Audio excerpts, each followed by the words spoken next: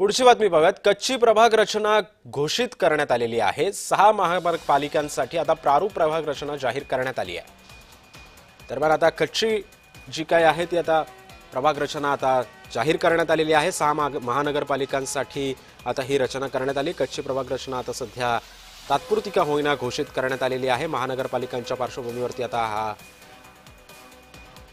निर्णय घेण्यात आला आहे।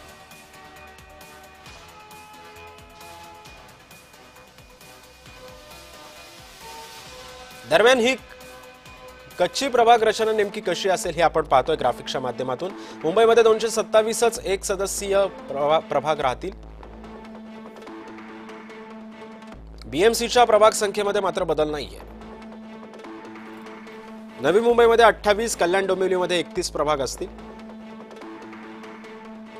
पुण्यामध्ये 41 प्रभाग, पिंपरी चिंचवडमध्ये 32, नाशिक महानगरपालिकेमध्ये 31 प्रभाग असणार आहेत। प्रत्येक प्रभागात सुमारे 55,000 दरम्यान मतदार असतील।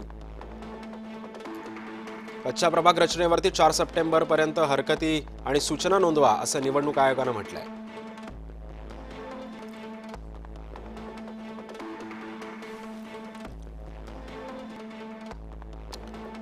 त्यामुळे आता कच्ची प्रभाग रचना आता घोषित करण्यात आलेली आहे।